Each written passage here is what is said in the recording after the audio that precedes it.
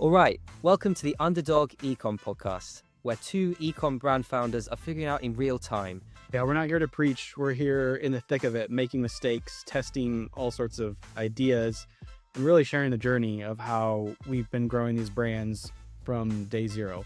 Hopefully you learn a little bit, perhaps come away with some ideas that save you time and money. And so if you're tired of the same glittery D2C advice from those 9-figure gurus, you're here in the right place. Let's get into it. Welcome to the Underdog Ecom podcast, episode 43. Look at that, I just knew that off the top of my head. Look amazing, that, isn't it? We're heat of the summer here for David and I. Summer sales have been going on, a lot of stuff in ecom, and we got a ton of stuff to talk about. So yeah, let's get straight into it. All right, let's dive in. This summer's been interesting. I feel like we talked about this last time a little bit, but cash flows have been really tough for both of us, I think. I don't know. We were talking about this a little bit before the pod, but I feel like things have, for my brand at least, have gotten a lot better over the last couple of weeks. I launched a summer collection, which is doing really well. Had some products really become big winners from that. And what's interesting is, well, what's still hard about that is I feel like the brand's still in recovery mode. Like it's like I'm not, making gazillions of dollars here and still feel like it's a struggle to pay bills and I'm overdue on some things like supplier invoices, which I hate doing. But it does seem like maybe we're turning a corner. People are buying more things. I don't know if like this summer drop that I did was a big unlock. I think I was looking at some of the numbers recently. The drop itself, I had, let's see, Sun Hoodie, 3 running athletic shirts, which are fantastic. All these products are like some of the best I think I've done yet. 2 shorts, a grid fleece, which I included in it, technically dropped a couple weeks before it. And then sweatshirt and a t-shirt, which are just graphic designs, which look really good. But all of that drop, like this was my first summer drop. I'm trying to do a lot more of this drop schedule. We've talked about this before. There's so much operational lift that goes into like organizing everything and like setting up emails and all this stuff. And I'm pretty much doing all this still myself, organizing like the product inventory, like all this stuff, getting shipping lined up, all the things. And it's working well. Like the summer drop, I've seen a lot of success from, a lot of lift in terms of numbers. And what's really interesting is the returning customer rate is about 60% that have bought the drop. And so historically, my returning customer rate has been average, not as good as where my goal for this year, that's one of my key metrics that I want to improve on. It's about 20% total on an aggregate level, but I want to really push that further and have had the hypothesis and the idea that like I'm just not making enough highly desirable products that people really want. And so, that's pretty costly, like to take a lot of swings, and there's definitely been some swings and misses, a lot of swings and misses, but to really figure out what people want, you kind of have to just make more things. And so that's been a very good thing that's happened in the last like week or two since the drop. And what's interesting is like I've seen a lot of orders and AOVs. I should look up the AOV, but it's been a big lift in terms of AOV. And in general, the other products outside the summer drop as well, people are buying those in addition to the new items. And so there's just like this overall lift in terms of catalog and sales and everything that happens. And so I think, my space is a very specific one, apparel niche, like that's a different ball game than a lot of other ecom brands out there, but making new things just kind of like keeps the freshness alive or whatever. Like I think Orlando tweeted at me and replied to my tweet this morning that talked about that. He's a super good apparel founder, operator, runs a cool brand. And he talked about that like freshness aspect where it's something new, some new products. People are opening up the emails and clicking and checking things out and buying other products at the same time. I think there's a bunch of reasons that led to this success. Like I've been teasing the Sun hoodies, which is like the hero product right now, for a while. They're great products. It's like very much an in product right now, I would say, over the last like year or two, maybe a little bit before that. Like these are items that are super popular with my target customer and my avatar, that sort of thing. I go on hikes and see like everyone's wearing a Sun hoodie. I don't know who started it, but they're just so nice because you don't have to worry about sunscreen. They're like super lightweight. It's been crazy hot here, like one of our hot spells of the year. And I normally run hot, and I'm still out there wearing my sun hoodie because it's just so nice. It's such a great product. So that's been nice on like the good side of things. I know we've talked a lot about how rough things have been this year, and I still think it's been rough, but it's been good to see the success of the drop and that sort of thing, and take some learnings away from that. Yeah, that's really amazing. I think we've talked today about drops and the importance of it, and I think that's just like a case study in itself. Did you launch like the summer collection at once, or did you stagger out the products within it? Yeah, typically in the past, I've been very ad hoc with launching products. It's like, this here, this there. But starting in this last spring, I decided to basically like bundle stuff together into one drop. So I did a spring drop of a bunch of products. Inside the drop itself, there's probably like 5 to 7 products. I'm starting pretty small right now. And generally, I'd say for these last two drops, they are collections. It's like 1 to 2 products inside of that technically were released prior to it, but I think it's okay to put in a couple items that like already had a launch email, already had a launch on social media, that sort of thing. It's fine to bundle it into the overall package. One interesting part of it, I was talking through it with my employee yesterday actually, and I like the summer drop right now is a little incohesive. Like there's the majority of the products are like focused on sort of like being athletic and outdoorsy in summer and kind of more technical gear in some ways. And then I threw threw in our new hoodie and t-shirt, which is just a graphic tee and a graphic hoodie, which are really strong designs. Like they're phenomenal. People are really excited about them. And I kind of just bundled them in, and I didn't think about that. In the moment I was like, okay, let's add these together, so it's all part of one thing. But then as I'm running through the ad copy and the email copy and all that sort of marketing stuff, it's just a little bit harder when there's not this cohesive story you can tell. Like it's like, oh, hey, here's our new bamboo sun hoodies and t-shirts and running shorts, and oh yeah, and a t-shirt and a hoodie. There's it's just not like a it's a lot easier when they have like a single story they're telling or a single sort of problem they're solving. Like this is non-polyester athletic wear. Oh yeah, but also a cotton t-shirt. um, that's one takeaway I think for the future that I'll have, is to try and like weave it together a little bit more. Yeah, I think thing I think I struggle. I think what part of the reason this is so important, I think anyway, is that there's the how do you get new customers or even returning customers come back?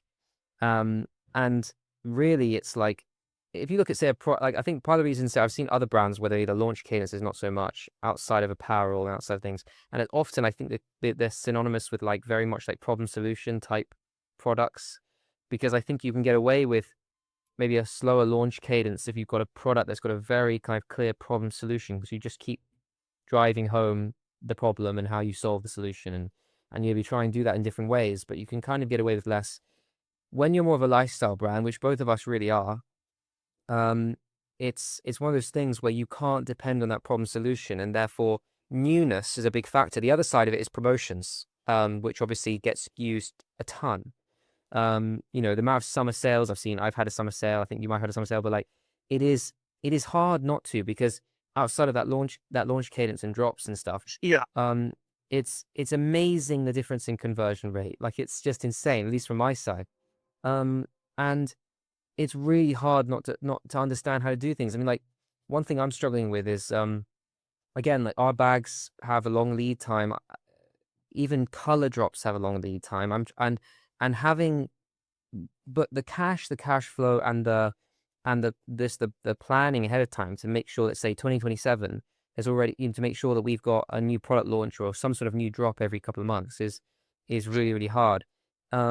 But it's amazing what difference it makes. And actually, I think in the long run, like it's a better LTV play, it's a better AOV play, because you're not discounting the product. It's the newness that's driving the sale.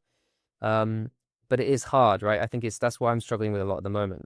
Is that we had a summer sale which got me out of a bit of a cash crunch. It did really well, and then it's for us, the summer's a bit of a lull. Like it's up. The spring is really good, and then into the beginning of the summer is really good, and it starts to die down over like mid to end summer because people are on holiday. People have already kind of bought travel gear and already that sort of stuff. They've kind of already bought a lot of the time. So for me, it's kind of a bit harder, and that's tough to deal with because I think and I'm launching a new I mentioned to you off the air, but I'm launching a new tote bag, which I've spent a long time on for pre-order, partly because I want the cash, but secondly because I want to create some sort of buzz during this kind of lull. And I don't actually know if that's a good thing to do it during a time when it's a lull, or really you should like stack, you know, wins and try and do it during a time of year where you've got the traffic, you've got the conversion rate to kind of really drive it. But I think it is important at the same time just to kind of be relevant. Yeah, that makes sense. I think what I would say is like, I think the number one thing, right, is keeping the business alive, being a cactus. Cash flow is the most important thing. I think that I would probably say for a product like that, for product launch, like lean into those times when people are already shopping or more interested and not as much in the lulls. Like that said, cash is the most important thing. But I think that one thing I've tried to do too often is sell into those lulls or try and get conversions on those lulls when it's really hard.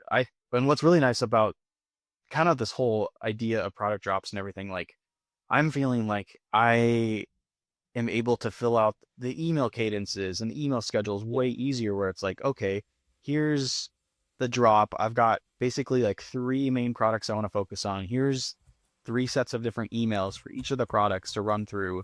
Then there's like a follow-up email that I can do if it's selling really well and almost sold out. Like there's a bunch of stuff to kind of fill in the schedule. And that's always, it's a ton of work to do these drops and launches and everything like you're talking about, like long lead times, everything that plays into it. It's a lot of work, but I think it does pay off. And I'm hopeful it's something that like we can build into the operation, just kind of keep going basically. And like that will be sort of like a stepping stone to keep improving. Yeah, and Taylor Holiday and like Common Theory Collective and all those people talk a lot about this. Like they call it like the 4 peaks theory or whatever, where you basically need a peak, you need at least 1 peak every quarter. And he even talks about having like mini peaks every month, and not just because of like, but just your whole content then is around it. I mean, not necessarily every piece of content, but like you said, emails are something easy to plan because you've got something to talk about. A mini peak of every month, and then also a larger peak, whether that is a sale or whether there's a product drop or something. Another thing to talk about at every quarter. And so suddenly you've got like many things to talk about, and you've got a big thing to build up to every quarter. And then of course you've got the 4th peak, which is the 4th peak of the 4 peaks, which is basically Black Friday, Christmas time, holiday season. So like I think in theory it's really, really good. It is hard for operators like us to do it all, but I think it is like brands that do this well just it makes a huge difference. But I want to ask you about the returning customer rate as well, because I actually just had to quickly look at ours. I mean, I asked Sidekick, so hopefully it's correct. So you've seen yours go up as a result of like the drops, or like just very recently? Do you think it's like had a big impact on returning customers than new customers? Specifically what I looked at was the amount of returning customers versus new customers that bought the summer collection that we dropped. And so that percentage was 60%. I know overall is typically like 20. I haven't looked at the overall percentage to see how it's changed in it's only been a week since I did the drop. So I haven't seen what the like net effect is on the overall returning customer rate, but that was what I was really curious was like, hey, are these new people? And it does kind of make sense because it's early in the drop. I haven't put a lot of paid dollars behind it. And so it's going to obviously be people that are on the email list and that sort of thing. So it does make sense, but 60% is like, 3 times 20, 20%. Yeah. I had to look at mine because I always thought it was quite low, but I mean, according to this, I'm 30, last 6 months, I'm 30%. Last 12 months, 31%. Last 3 months, only 5%, which is interesting. It's gone down a little bit, which I think is actually not bad for my category, because when you think about bags, like, how many people are coming back to buy more than one. I feel like that's super good for your category because it's like, yeah, who's gonna buy? I don't know. Like that seems really good. I think that's really impressive based on because your catalog isn't like it's not like you're have the capital to do a new product every month or whatever. And yeah, I think that's solid. Yeah, I think some things I often think about is like, and this is more specific to my business, but I think it applies, is like we have one SKU that outsells everything. But because our bags are modular, I often feel like if I did a lot of the new drops more around the add-on accessories and things than new entire products, we might actually do better because it's like we've got this one product which is like works to an extent anyway, works better than anything else we have for acquisition. And it's almost like the new drops on the accessories and add-ons are almost like put, fuel on that fire, because then we've got reasons for all those people that buy that one initial product to come back. So I think almost like strategy around drops is really important as well. You should totally do that. I think that's a really, really good idea. Like I would come back and buy like if I had your bag and I had like the module piece for it in one color and you dropped like a new limited color or something like that, I would come back. Like there's a bag company out there. I have several of their like packing cubes and I can't remember the name. I think they're based out of Montana. But they do that where it's like here's a limited edition color drop. And I was like, okay, I gotta get this Yeah. bright orange. I love bright orange. And they just constantly like, it's like how many packing cubes or little like goodie baggies or do you need or whatever, but it's just a different color. It's fun. It's new. I think there's a reason why that's such a strong strategy for a lot of the people that are in our sort of niches and industries and that sort of thing. Yeah, yeah. And I think all these things come into like I think it's just changing the conversation slightly, but I think all these things come into like this kind of idea of like, it reminds me a little bit of like the negative cat conversation that we've had before. And it's a bit like, how do you turn the tides in your favor so that it's not just about trying your best to acquire a customer and make some, at the standard, whatever your standard average is. It's how do you, and pre-orders can be a part of that, and drops can be a part of that, and having lower OpEx can be a part of that. But it feels like that's like the game. Especially like I'm finding, I mean, I don't know about you, I've got Shopify Capital loan at the moment where like I think it's like 17% of daily sales are being pulled. And it's like I feel that so badly because that's really what what if I would right now, basically what my profit would be, because I'm breaking even. So it's like that. It's, that's why these things make a big difference. Is if they reverse that, though, and if they do it in reverse, if you think about the opposite of Shopify Capital, you had that 17% extra, Yeah. because you were spending less on your operating expenses, because you had a higher AOV from the drops, or because you had more returning customers. It suddenly just like flips everything in the wrong direction. From one point, you're like struggling to get by, and then if you just reverse those gears in the opposite direction, you suddenly, even if it's like a very minimal amount on each, suddenly like, you know 15% profit in e-commerce is actually great. So if you can move in that direction, it's just hard though, isn't it? Mhm, mhm. Yeah, that's true. I got another thing to talk about if you're ready to move on. Yeah. Um, Email deliverability. I made a big mistake recently and basically over engineered. So I've got this iPhone app that I'm building that's brand adjacent. I've talked about a little bit before, and it's in beta testing right now in test flight. And I built out like a Cummings like sign up for the beta waitlist email flow landing page so that I could tell I basically, I want people to be in the drip sequences for the workflow to get the emails and get the invites and then follow up with them to get feedback. I don't just want to send out a random link to people. And so I also want to know what device they're on. So I know like how much weight to put into the iOS versus Android, that sort of thing. I want people to be able to get on the wait list so they can know when the app's live, but not necessarily beta test it. All these reasons it made sense to build basically an email sign up. Um, I it's a new domain. It's not like my Rainier Watch domain. It's a different domain that I haven't really sent emails from before. So I set all this up in loops and didn't warm up the domain or anything, which was foolish. And now I'm like having people say like, "Oh, I signed up, but I never got the emails." And I'm like, "It says in Yeah. here that it went through. It's probably in your spam or promos folder." Like the domain, I did some domain checking, like the domain, all the DKIM and DNS records and stuff are set up fine, but it's just like not warm enough, I guess, because it hasn't really emailed people with out there very much at all. So Google probably thinks it's a spam thing. It's annoying because it's like I did all the right things. I thought I checked all the right boxes, just kind of forgot about the main box to check, which is warming up the domain. And I imagine that's what's happening, but it's been not very fun to deal with.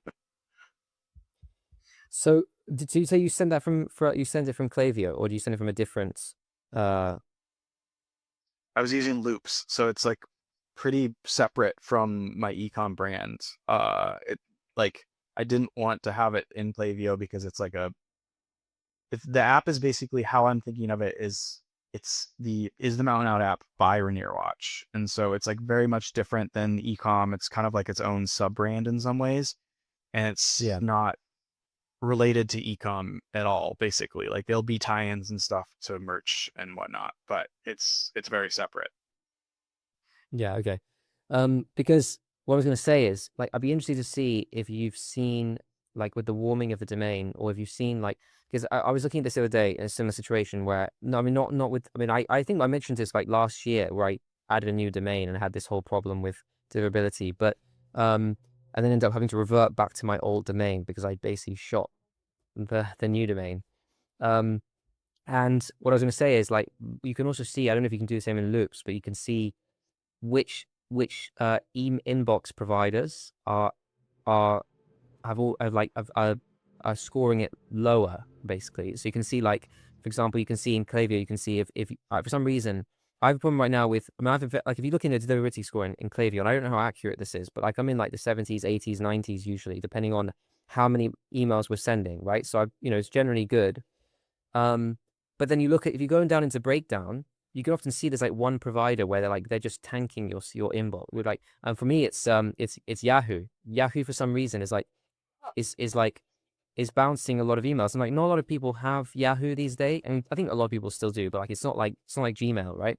Or Outlook, but it's still there. And if you can see, and like I've had to now like start, like, just for Yahoo emails only send to like really engaged. So I have to like segment that within Klaviyo now, because I need to like almost like earn trust again with Yahoo. I don't know. I think it might have been that I just had a few extra bounces. Maybe like I had some bots at one point that were like adding adding to checkout and stuff, and like they were getting abandoned cart emails and stuff, and I had to like stop that from happening. So it might have been like fake Yahoo email addresses, but for some reason, just Yahoo is the one that I'm having difficulties with. And so, it might sometimes it's not always that they're all negatively like bring you down. It might be that one of them is, or I mean, I'm definitely not an expert, I confess, but it seems to be like deliverability is a hard thing, actually. I don't think we look at it enough. Yeah. It's there's a million things to track and monitor, and it is important, and there's a lot of important things, but you're right, like it is, it's pretty crucial, especially as we send emails to folks.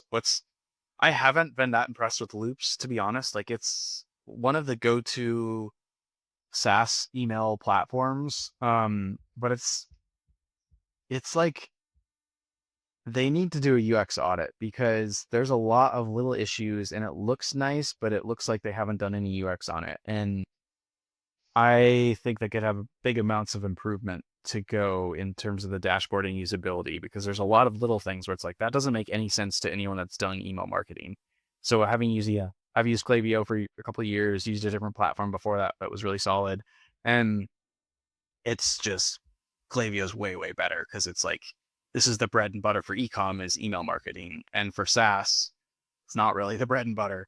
And I Yeah. chose Loops because it had a generous free tier, so that's part of the problem is like you get what you pay for. But it was one of like the top three go-to platforms. Like Bento is another one, but they have a paid tier, and there was another one too that had a paid tier that I looked at. But so that was one thing that maybe I would change if I went back to it, because there's no deliverability. It's like in Loops, as far as I can tell, you just go and check your settings for domain stuff that's set up, and it just says, yeah, it's set up. Like your DNS records are there. It's like, okay, cool. But what's the deliverability look like and that sort of stuff? And I found mine in Klaviyo. It's not, the score's like 65, not great. Hmm. Interesting. I don't know how Yeah. accurate it is, though. I Huh. mean, I don't know I'd love to know, like, maybe from some of these email gurus out there who know more than we do. Like, how accurate is it really? Because I don't know what they're pulling that from. Because especially like, for example, like if their own inbox providers are like the ones that are really like deciding to score you on like the legitimacy of your emails, like how much does Klaviyo actually know that? Or is it just kind of guessing and saying like, we think you're around here based on the amount of opens and clicks and things you've had in the last 30 days or something? Hmm. What's funny is you mentioned Yahoo. I think that I saw like a graph of like what people use on the internet the other day. It was one of those heat map kind of things, and Yahoo is like way up there. And I feel like I see Yahoo emails all the time, and I'm kind of like, what are you doing? How is that still an option? Um, and Yeah. yeah, oh, what was I gonna say also related to this? Oh, have you heard of Google Postmaster? Yes. Okay, Yeah. I mean, that's I was gonna I've mention had that. to use it once or twice for something. Remind Yeah, me. it basically it's a free tool that Google has that helps give more details into domain and sending reputation and stuff like this, like all these sorts of things. And so you have to add some DNS records to your domain for Yeah. it to track the stuff. So I just did that recently on my new domain, but I've had like Yeah. my main domain for the brand on there for a while, and I haven't checked it for a while, but it's there collecting data that I can look at someday. But that's kind of that third party tool that not everyone knows about that would be helpful for digging into this. That's so true. Huh. That is so true. Yeah. But I think it makes a big difference. I mean, it's hard to follow, but I think like, higher open rates, click-through rates of things do make a difference. People seeing emails. But at the same time, some of it is out of your control, and you still got to set like that. People go the opposite direction. Like I've seen people that are um, like for like they get very like Black Friday. They'll say like, so this offer we only want to send to people who've clicked on emails in the last such and such days. I'm just like, but wait, it's Black Friday. Don't you just want everyone to know? Like, shouldn't you just let everyone know? Because otherwise, you're just leaving money on the table because they don't know. Like, and like, but Is that I think there's like a, yeah, go ahead. is that an email that they send before Black Friday or on Black Friday? Like during the Black Friday weekends, for example. I think that's a really like that could be a really interesting deliverability booster kind of strategy, like a week before, like, hey, we want to make sure you Right. got our Black Friday deal. Click on the thing because we can only send it to those people. And who knows, maybe they're sending it to everyone regardless. But I've done when I warmed up my domain after switching to Klaviyo, because I think I switched to a subdomain on Klaviyo, or I was just warming up Klaviyo. I did the first couple emails I sent out to like very small numbers, and I had some sort of reply sort of engagement bait, I'll call it, or something, but it was like reply to get a free coupon or something like that. And I got a ton of replies, and that was helpful to boost that domain score. And you talked about a really good idea before the pod here today, where you'd Yeah. mentioned you'd sent out a well, you can talk about it actually. Like I thought that was a really good strategy for email deliverability. Yeah, we've done this. Actually, the second time we've done this, where we're basically launching something, or maybe even the third. When we launch something new, we kind of send an email that's it's not my idea. I'm sure I've seen it from somewhere. I can't remember where, but we send a like an email with like it blurred out and a little bit like sneak peek, but like doesn't give it away. And we'll do something often like reply and guess what it is. If you're the first person to get it right, we'll send you one. We'll send you the first one. Um, I'm gonna steal this. This is and so good. and I did this. Did this like for a new color drop. In around we were launching like mint green color in November around Black Friday time actually. Surprise. And we got tons of reply, people guessing the color.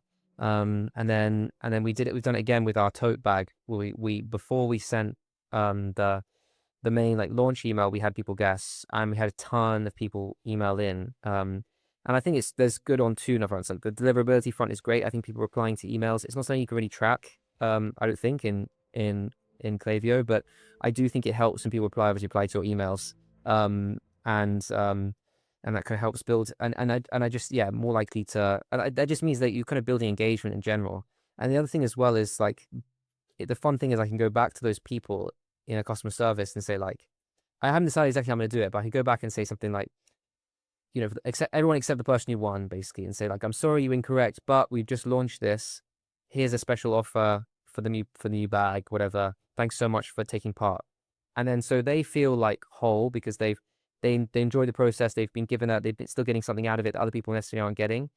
And also you're right there in their inbox as you're replying to an email that they already replied to. So like it's almost like direct email. It's not even like a marketing email. So it's like a customer service email in many ways. So, just like that, more likely that another 50, 60 people are going to see that email, and hopefully then using that offer. So that's kind of the second element of it, I think.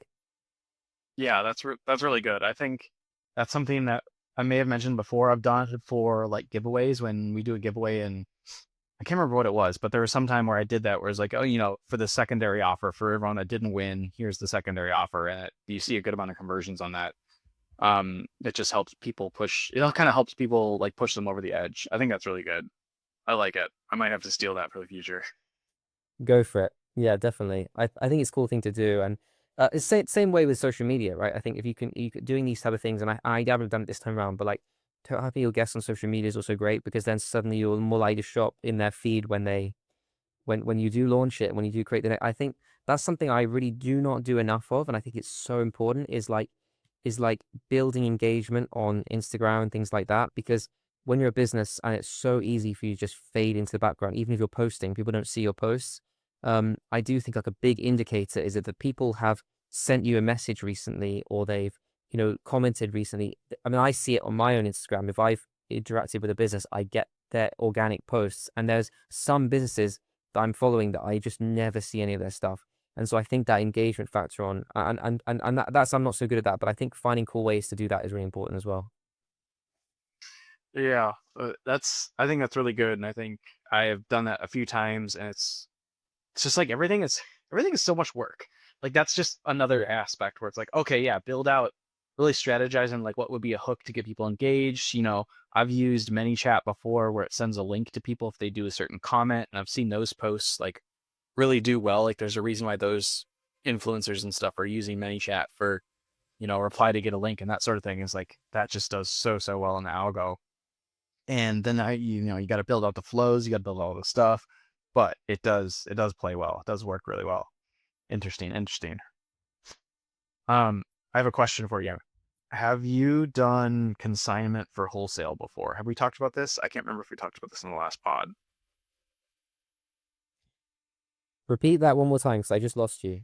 Have I done what? Sorry. Consignment for wholesale. Um, Only very small amounts.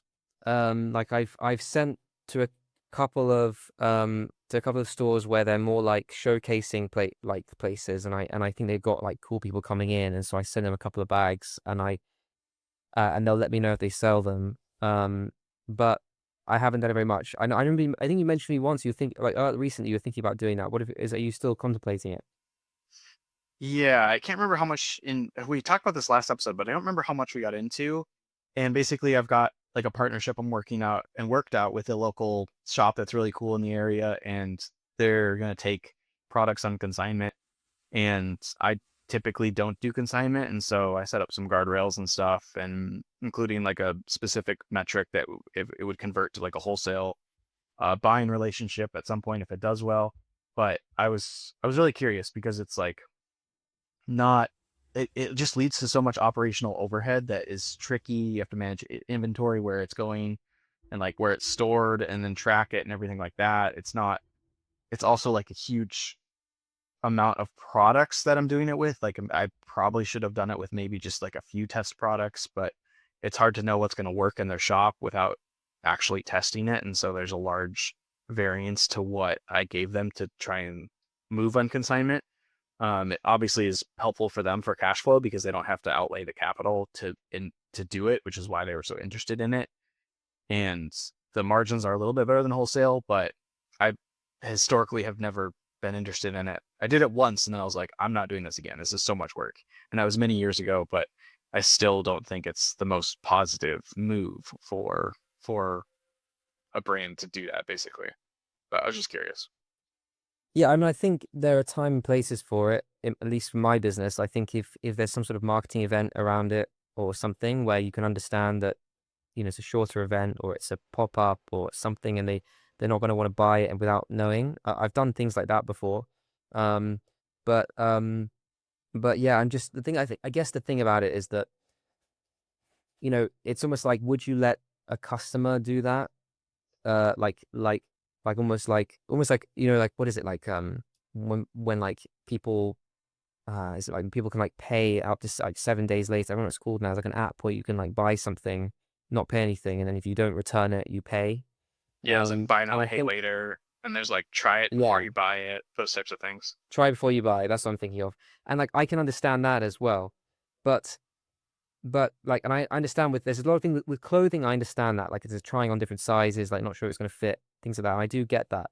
But in a retail situation, I just feel like, if they like, I think samples, if they, they should take samples, and maybe they, and you can either provide those at discounted or free or things like that, and then they're able to see for themselves like the product. They're able to kind of, and then make a smaller order, and if it doesn't work out, then that's fine. But yeah, that's my general take. I do think there's times and places for it, though, like I said. Yeah, yeah, that's fair. That's fair. I think what we can talk about we'll tease this for future episodes. How about that? Like, we've got some pop-ups coming in September and August for both of us, and I think we can dive into that a little bit more, talk about maybe before and afters, and that will be interesting for folks that are looking to do more in-person selling.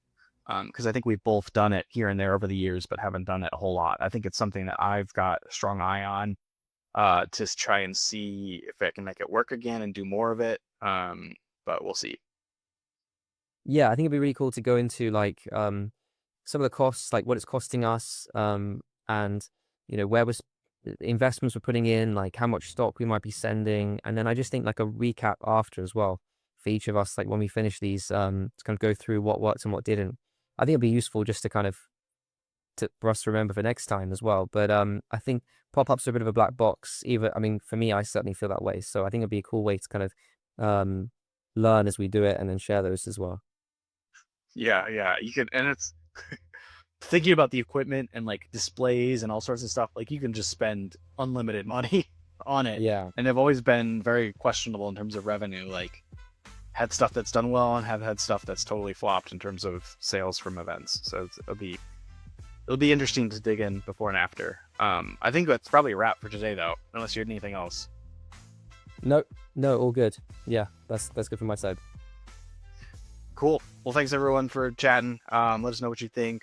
5 stars is always appreciated, and shoot us any questions in the comments.